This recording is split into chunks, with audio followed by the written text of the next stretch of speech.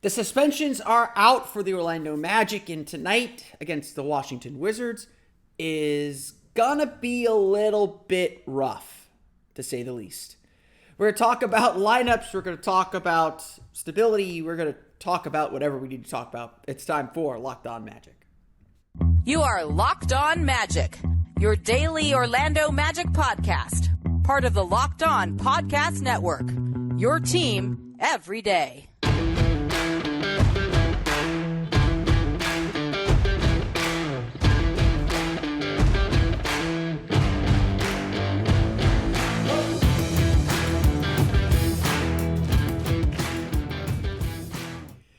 And you are indeed Locked On Magic. Today is December 30th, 2022. My name is Philip Rossman-Reich. I'm the expert and site editor over at OrlandoMagicDaily.com. Of course, follow me on Twitter at PhilipRR_OMD.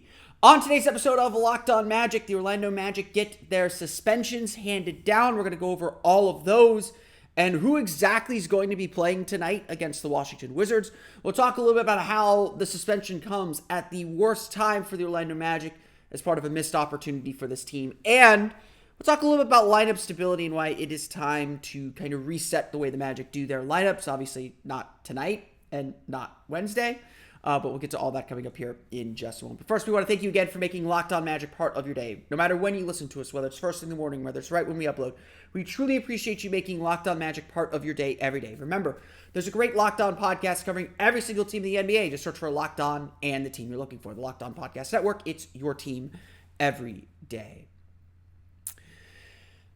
Look, we knew this was coming.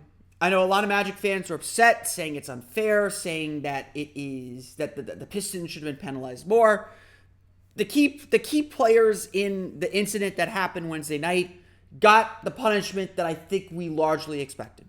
Killian Hayes was suspended for 3 games for his role in the incident. Mo Wagner was suspended 2 games for his role in the incident. And Hamidou Diallo was suspended 1 game as well. As we all noted at the time that it happened, when all the Magic's players ran from their bench over to the Detroit's bench, even if they were peacemakers, that is an automatic 1-game suspension. Essentially, every player off the Magic's bench, except for Terrence Ross, the one veteran in the group, ran over there to protect Mo Wagner and to try and separate the team. Try and separate their player who, frankly, looking back at the tape, Mo Wagner did look kind of out on his feet after the shove from Hamidou Diallo. Who knows how much of that's flopping, though. But it was a scary situation, and as Franz Wagner said after Wednesday's game, typically when that happens, it happens on the court, and everyone's able to kind of stay on their bench. But because it happened right next to the Pistons bench, it felt like they needed to go protect their brother and protect their teammate. And I do think that's admirable. But this is the letter of the law. This is a rule that has been in place in the league for more than 20 years. Not more than 20, for almost 25 years at least. This is something that is well known throughout the league. If there's an incident on the court, you do not leave, and you are not in the game already, you do not leave the bench area. And so the Magic will be extremely shorthanded tonight against the Washington Wizards. They'll have 8 available players. The way the league sets up these suspensions is that you're suspended 1 game, but if a team has so many players suspended as the Magic just did, you have to have 8 players available to play a game. So the Magic split their suspensions between 2 games in alphabetical order. So tonight the Magic will be without Mo Bamba, Wendell Carter, Gary Harris, RJ Hampton. They will be without Franz Wagner, Kevon Harris, and who's the last guy here? Let me make sure I have all my suspensions written down correctly because that's what day it is. And Admiral Schofield. See, I know I forgot one person. Admiral Schofield for Wednesday's game against the Oklahoma City Thunder. Again, I know a lot of Magic fans are frustrated because the Pistons did not seem to get the same penalty. I personally do think that the Pistons probably should have had a few guys that maybe came off their bench, but because the incident happened right in front of the Pistons bench, the Pistons coaches were able to keep the players from getting involved in it. The Magic's get-back coach did not do a good job making sure that the Magic's players do not rush over there. Look, I will applaud the Orlando Magic for standing up for their teammate. I don't think anyone went into that scrum with violent intent. There was no one there trying to escalate the situation. Again, the suspensions reflect that because Hamidou Diallo was an escalator. Though no one there was trying to escalate the situation. They were all trying to protect their teammate and make sure he was okay. But this is the rule. This is a hard and fast rule. You could take one step on the court and you're done. I remember the 2001 playoff series between the Magic and the Bucks. There's a little fight in Game 3 underneath the basket on the Magic, near the Magic's bench. I think it was between Bo Outlaw and Ray Allen. D. Brown was literally at the scorer's table waiting to check in. The fight happened at a dead ball. D. Brown literally steps onto the court to check into the game, sees the fight and steps back. They still suspended him for a game. That's how draconian the rule can be. That one felt very, very, very unfair, and D. Brown was a really important player to that Magic team. Not that they would have won the series, but Game 4 was definitely affected by that suspension. But this is a well-known rule throughout the league, and so the Magic just have to deal with it. And that's kind of what this is going to be about now. These next two games, certainly more so Friday's game against the Wizards, is going to be about adaptability. It's just going to be about, okay, how do you just pull things together? Because here's the Magic's available roster for Friday night, and I think this is really important to know. Your starting lineup is likely going to be Markelle Fultz, Franz Wagner, Paolo Banchero, Bol Bol, and then either Caleb Houston or Terrence Ross, with Kevon Harris and Admiral Schofield available off the bench. Again, 8 players available total. You've got 4 starters at least, but only 1 point guard available. So, Franz is going to have to run some point guard duty, and 1 center available. I don't think Bol Bol has played any center this year. So Paolo Banchero is going to have to play some minutes at center, and this is against a big Washington Wizards team that plays Kristaps Porzingis, obviously, that plays Daniel Gafford. It's going to be against a really tough opponent in the Wizards, a Wizards team that's doing okay. Certainly, I don't think they're quite where they want to be, but this is a big game for the Magic in the playoff chase. And I'm going to touch on that point in our next segment. Tonight's game is about survival. It's not about strategy. It's not about anything else. It's about survival. It's about just doing the things to just get through the game, staying competitive, finding energy where you can find it. I think the only good thing that might come out of this is it might narrow the Magic's focus a little bit. After 2 very unfocused games, you can't be unfocused in this one, because if you aren't, you're going to get destroyed. You're going to get blown out on your home floor, and I don't think the Magic want that. Again, it's good that the Magic still have Paolo and Franz in this game. That's going to help them, but it's going to be a real challenge. Deni Avdija is having a really good defensive season for the Wizards, so it's definitely it's definitely frustrating for sure. Wednesday's game will look a little bit better. Wednesday, the Magic will have Markelle Fultz, Gary Harris, Paolo Banchero, Bol Bol, Wendell Carter. I would expect that to be the Magic starting lineup, and once except for maybe Franz Wagner entering the lineup for Harris or Bol, that's probably the Magic's lineup for a little while longer. So Franz Wagner will miss his first game of the season on Wednesday against the Thunder. The Magic then will have Cole Anthony, Terrence Ross, Mo Bamba available off the bench with Caleb Houston and RJ Hampton as well. So Wednesday, and then, always knocking on wood, maybe that's when Jonathan Isaac will be able to make his debut with 10 players available instead of 8. I think that is maybe a little bit better, but again, they're going to need someone to fill those power forward minutes, so maybe that isn't the right time to bring Jonathan Isaac. We're getting to the point where there's no perfect time to bring him back. Like this was the window. This homestand was the window. Having the suspensions, probably, if there was a plan to bring him back Friday, you're not bringing Jonathan Isaac back on a game when you only have 8 players available. And certainly I think doing that also stunted the suspensions a little bit. Maybe Wednesday night's a good night. Again, just being a little shorthanded injury-wise could make it tough to limit his minutes. That's been a struggle for Jamal Mosley throughout the course of the season in creating lineups and rotations that fit that. Again, it's rough. It's tough, but everyone knows this rule, and these are the consequences of that.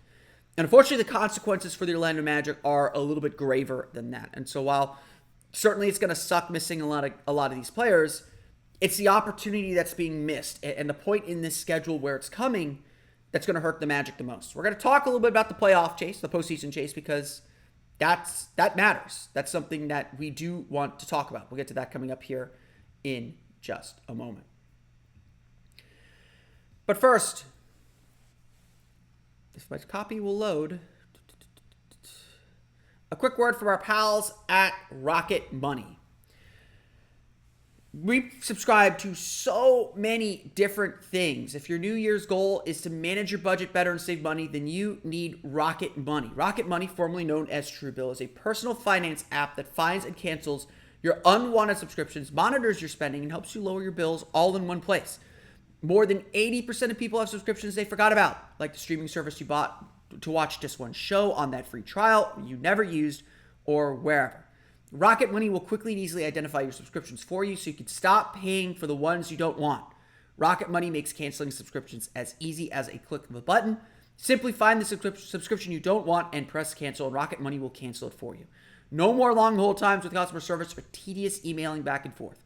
More than 3 million people have used Rocket Money, saving the average person up to $720 per year. Stop throwing your money away. Cancel unwanted subscriptions and manage your expenses the easy way by going to rocketmoney.com/LockedOnNBA. That's rocketmoney.com/LockedOnNBA. rocketmoney.com/LockedOnNBA. We want to thank you again for making Locked On Magic part of your day every day. Make sure to check out the Locked On Sports Today podcast, the biggest stories around the sports world in 20 minutes or less. Plus instant reactions, game recaps, and Locked On's take of the day. Locked On Sports Today available on YouTube and wherever you get your podcasts. So, I'm not afraid to say these words. I'm not afraid to say this. And I don't think Magic fans should be afraid to say it too. The Magic are currently, with everything else, 3 games out of the final play-in spot. They trail the Chicago Bulls by 3 games for a spot in the postseason. The win streak has done wonders for this team's confidence, and while it's certainly lagging, and the team I think is starting to hit a little bit of a dip, going 2-2 in their last 4 with a 2-game losing streak now, it's definitely something we should talk about. It's not a bad thing to want to be in the playoffs.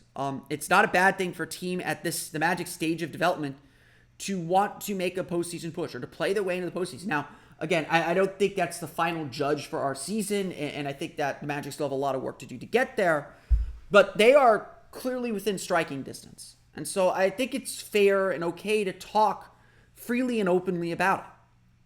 To say, hey, how do the Magic make a playoff push? How do the Magic take these important steps to get themselves in this position, in this spot, and to push this team forward? I don't think it's unfair to ask those questions. I don't think it's unfair to think about these things. Because at the end of the day, that's where we want the Magic to be. And so the disappointing thing then is that the Magic didn't continue the good vibes that they had into this stretch of games.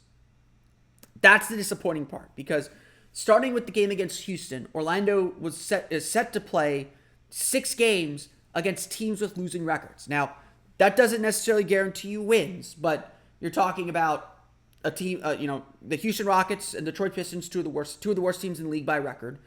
A struggling Los Angeles Lakers team, and the San Antonio Spurs, also one of the worst teams in the league at this point. The struggling Los Angeles Lakers, and then again, solid teams but beatable teams in the Washington Wizards and Oklahoma City Thunder. So for the Magic to sit here at 2-2. With a surprising, maybe a not so surprising loss to the Pistons because of the way the schedule was set up, but for the Magic to sit here 2-2 in this stretch and to lose their full roster for these opportunities to bank up wins, it's disappointing. Because the Magic picked up some ground in an area of the schedule we did not think they'd be able to. And look, this is a young team. They're going to play up and down to their competition. They're going to be inconsistent. They're going to get up for big games and maybe not bring the right intensity and focus as they did against the Rockets, as they did against the Spurs, against teams that are maybe a little bit lower in the standings. And so now Orlando's got 2 losses to Detroit, a loss to Charlotte on their record, and a loss to Houston as well. for a playoff team, those are games you don't get back. Now, you can make it up by beating good teams like the Magic did with the Celtics and all that, but these are games the Magic can't get back. These are opportunities the Magic can't get back because the schedule is only going to get tougher. The Magic play their back-to-back next week with the Oklahoma City Thunder on Wednesday and the Memphis Grizzlies on Thursday at the Amway Center to complete this little 3-game homestand. But then they go on the road, out west, starting in Golden State on next Saturday. That's going to be tough. The West is very, very good again, and it's always tough to travel to the West Coast with this team. The Magic have been, they're 9-10, I think, at the Amway Center. They've been decent at home this year. They're not going to have that comfort. They're going to have to find a way to win on the road, which has been the big struggle for the season. What this is all to say is these suspensions are coming at a really bad time. And we may very well look back at the end of the season and the Magic finish 2, 3, 4 games out of a play-in chance. And we'll say this stretch where the Magic went 2-4 when we thought they'd go 4-2. That's a 2-game flip. And in a race that's looking this slim, and frankly, a hill that's as high as the one the Magic have to climb, that's a big deal. So these suspensions could not have come at a worse time for the Orlando Magic. And in a part of the schedule the Magic had to take advantage of, Orlando is going to find itself climbing back uphill. It's not to say they can't make up for it. Every team goes through these ups and downs, and the Magic are coming down off the high of that win streak, and now they got to figure out how to grind some pars. Now they got to figure out how to grind some wins out. If the Magic split these 2 games coming up, the one tonight against the Wizards and the one Wednesday against the Thunder, I would consider that a victory with these suspensions. And so they would finish 3-3 during the 6-game stretch that we were all looking forward to and thinking, we could bank some wins up before we go out west. The Grizzlies are a tough team. I'm not expecting much from that game. And then again, the Magic have shown they could focus and beat some of those teams. At the end of the day, look, the play-in chase, the postseason chase is something to focus on. It's something to think about, and at least it's important. I mean, I think that the team should be talking about it. Jamal Mosley should be holding that carrot out there for his team. They should all know what they're capable of. But at the end of the day, this is still about the team and its improvement. Making or missing the postseason isn't what's going to make this season a success. It's certainly a sign of the team's success. It's certainly a sign that the team is making steps in the right direction. But it's not the be-all, end-all for this team and for this franchise. And so, for Orlando then, this is about finding ways to improve and get better. It's about finding ways to get that focus right that they didn't have the last 2 games. And if these suspensions do bring the energy up and get the team more focused and directed, then that will be a good thing. But coming out of these suspensions, the Magic do have to start thinking about that bigger picture again. They do have to start thinking about the team they want to be and how they can be successful. And there really is one thing that signifies and signals their success. We're going to chat a little bit about that and how Wendell Carter plays into it. We'll get to that coming up here in just a moment. But first, again, if my copy will load, a quick word from the NHTSA. This New Year's, you're hanging out with some friends and putting back a few drinks. A few becomes a few too many, and as the evening comes to an end and people start to head out, you think of calling for a ride. Don't worry about it. You live nearby, you can make it home okay, it's no big deal. What are the odds you'll get pulled over anyway? And even so, what's the worst that could happen? Your insurance goes up, you lose your license, you lose your job, you total your car, you kill someone. Everyone knows about the risks of driving drunk. The results are tragic and often deadly. However, that still doesn't stop everyone from getting behind the wheel while under the influence. That's why police officers are out there right now looking for impaired drivers on our roads to save lives. So if you think you're okay to drive after a few drinks, think again. Play it safe and plan ahead to get a ride this New Year's Eve. It only takes one mistake to change your life or someone else's forever. Drive sober or get pulled over. I think I made this point after the game on Wednesday Just kind of thinking about, okay, what's the problem with the Magic? Why are things starting to come undone a little bit? And, I think I came to an okay conclusion, but a conclusion I want to dig into a little bit more here, as far as why the Magic seem to be struggling, or what seems to be happening, or what seems to have changed. Quite simply, there is one factor that has changed since the Magic started struggling, and that was Wendell Carter and Gary Harris came back into the lineup. And more specifically with Wendell Carter, it's kind of clear some of the things that are happening. When Wendell Carter got hurt originally, he was the only player on the Magic with a positive on-court net rating. He was plus 0.9 points per 100 possessions when he was on the floor. Since returning, though, he is minus 9, if I'm not mistaken. Let me make sure I have my numbers correct. Since returning, he has a minus 9.2 net rating. Team has a 126.7 defensive rating with Carter on the floor. Now, some of this is playing with bench lineups. Some of this is playing with the reserve group and not with the starters, as he was earlier in the season. But a lot of this is, I think, attributed to kind of the awkward way that Jamal Mosley has refit him into the lineup. And I think it is a little bit awkward. I think the Magic had a very workable and set rotation that was working very, very well. Everyone knew who they were playing with, knew when they were coming in, were comfortable with their playing groups, and upsetting that is always going to lead to some adjustments. So it's not unexpected that the team would struggle a little bit bringing these guys back. But the way the Magic have done it has been kind of this half in, half out. The Magic are trying to keep these rotations, but cram Wendell Carter in there. Wendell Carter's played about 62 minutes, I believe, 60, low 60 minutes since returning the 3 games that he's been back. He's played 27 of them, I think, with Mo Bamba. And while, again, that's a lineup that the Magic used a ton last year, a combination the Magic used a ton last year, it has not been good this year. Since returning, the Mo Bamba-Wendell Carter pairing has played 25 of Wendell Carter's 63 total minutes. They've been playing, when that duo was on the floor, the Magic play at a net rating of minus 21 points per 100 possessions. Minus 21 points per 100 possessions. Again, smallish sample size, still only about a half a basketball, but still not very good. And it's very easy to see that it doesn't work the way the Magic want it to work, because it always pulls Mo Bamba away from the basket or pulls Wendell Carter away from the basket. And it's a square peg in a round hole.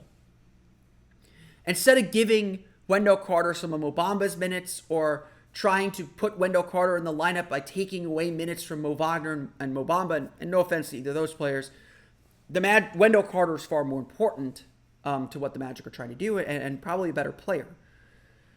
Instead of kind of drawing minutes from them and letting him kind of be that player in those lineups, he's been kind of shoehorned in. And while that works to get Wendell Carter some experience, it's not working to stabilize the Magic and stabilize their lineups. If there's one thing that we've seen this year, it's that the Magic have really struggled when they have inconsistent lineups and playing groups. The current Magic starting lineup has started the last 14 games, and obviously that streak's about to be broken on Friday night. But this Magic lineup has started 14 straight games. It is no coincidence that the Magic are 8-6. Probably more than that. 8-6, I believe. With that group, it's no coincidence that the Magic have played their best basketball since they found lineup stability. And it's not just that the starting lineup's been stable. There haven't been other injuries around the roster, so the whole bench group has been stable too. Adding Wendell Carter obviously upsets this. Adding Gary Harris to some extent upsets this too. And so, lineup stability, look, the team's going to have to learn how to deal with the ups and downs of different lineups and learn how to play well no matter who's in there. That is something this team has to be better at. There's no doubt about it. And it's a young team that maybe hasn't learned that lesson yet. But it's also undeniable at this point that lineup stability is key to this team's success. And as the Magic continue to integrate new players, whether it's Wendell Carter and Gary Harris, whether it's eventually Jonathan Isaac, eventually Jalen Suggs too, eventually Chuba Okeke back in the lineup, as the Magic reintegrate players, they have to be smarter about how they do it to minimize disruptions. And frankly, I think this is where Jamal Mosley has struggled. Instead of, I think the long break the Magic had between the Spurs game and the Lakers game, I think Jamal Mosley overthought it a little bit. Instead of keeping things simple, instead of saying, okay, we're going to keep these same lineups, but instead of Obama with this group, I'm going to play Wendell Carter with this group. Or instead of Mo Wagner with this group, I'm going to play Wendell Carter with this group. And yeah, there's still some experimenting that you have to let happen and all that, but instead of kind of simply swapping Wendell Carter in for a player, they tried to shoehorn him in somewhere else. That didn't quite work. And again, it's okay to experiment, it's okay to try new things, but it really felt like this disrupted the Magic's flow, especially with that bench group, because that bench group struggled against the Lakers and struggled mightily against the Pistons on both ends of the floor. And we know this isn't who Wendell Carter is. My takeaway coming out of Wednesday's game was that, look, the Magic have to start playing as a team they want to be. And that does mean it's time to put Wendell Carter back in the starting lineup. He looks healthy. He looks fine. And if lineup stability is so important to this team's success, we got to build that stability as quickly as possible. And so obviously injuries and suspensions are going to force this hand, but Wendell Carter will be back in the starting lineup Wednesday against the Oklahoma City Thunder. I can't imagine that he will give up that starting spot the rest of the season. So that is coming. That is going to happen. And I think, I think Mosley's learning how to deal with success too. And again, it's as much as we want the postseason chase to be important, that is not the overarching goal of this season. So I can kind of get, Mosley's mindset of being a builder on that front. But at the end of the day, this team needs to try to win. And yes, I think one area where Mosley needs to improve is deploying a strategy in game that helps the team win rather than helping the team develop. And the way that he has brought Wendell Carter back and the way he's tried to shoehorn him into lineups that have worked in awkward ways has not helped. But let's move forward. I'm going to judge how this team finishes the season, how this team progresses. So let's move forward. It's time to find that stable lineup and to not tinker so much with it. To not tinker for the sake of tinkering. This team has enough to win. The expectation of this group should be that they're going to win, that they are going to make a play-in push. And now it's just about delivering on that promise. I want to thank you all again for listening to today's episode of Locked On Magic. Of course, find me on Twitter at @PhilipRR_OMD. Subscribe to the podcast at Apple Podcasts, Stitcher, TuneIn, Himalaya, Google Play, Spotify, Odyssey, and all the fun places to download podcasts to your podcast-enabled listening device. For the latest on the Orlando Magic, be sure to check out OrlandoMagicDaily.com. You can follow us there on Twitter at @OMagicDaily. Now that you're done listening to us, be sure to check out the Locked On Sports Today podcast. Peter Bukowski brings you the biggest stories from around the sports world in 20 minutes. Get the analysis and opinions before anyone else with our local and national experts and insiders. Locked On Sports Today podcast available on YouTube and wherever you get your podcasts. We'll be back tomorrow with a recap of the Orlando Magic's game against the Washington Wizards and to wish you all a very happy new year. But until then, for Orlando Magic Daily and Locked On Magic, this has been Philip Rossman-Reich. We'll see you all again next time for another episode of Locked On Magic.